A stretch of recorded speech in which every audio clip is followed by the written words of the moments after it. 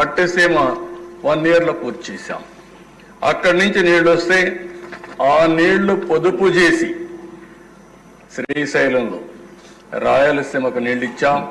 ఈరోజు రాయలసీమలో పండ్ల తోటలు వచ్చాయంటే ఒకప్పుడు నాకు ఆలోచిస్తే అనిపిస్తున్న దిశ ఓసారి చరిత్రలో ఇమారుగా ఉంటాయి.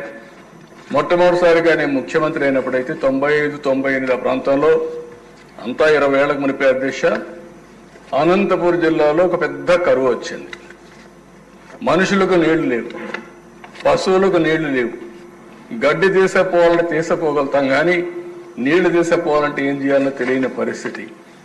పశువులకి క్యాంపులు పెట్టాం దిశ, మనుషులకు కాదు. మనుషులకు కావాలంటే నీళ్లువి ఇండ్లు కాడిచ్చాం. పశువులకు క్యాంపులు పెట్టి వాళ్ళు పశువులను మేపుకోలేకపోతే గడ్డి తీసుకుపోయి వ్యాగన్స్ తో ఆంధ్రా నుంచి గడ్డి తీసుకుపోయి అక్కడ నీళ్లు ఎక్కడైతే ఉంటాయో అక్కడ క్యాంపులు పెట్టిన పరిస్థితి దిశ. ప్రతి సంవత్సరం 10 ఏళ్లకు 7 సంవత్సరాలు వేరుశెనగ ఎండిపోయేది. ఫస్ట్ టైం రాయలసీమలో అనంతపురం జిల్లా వేదికగా తీసుకుని ఇన్పుట్ సబ్సిడీ ఒకటి ఇవ్వాలని నిర్ణయించింది తెలుగుదేశం పార్టీ దిశ. ఆ రోజు ముఖ్యమంత్రిగా చేశాం.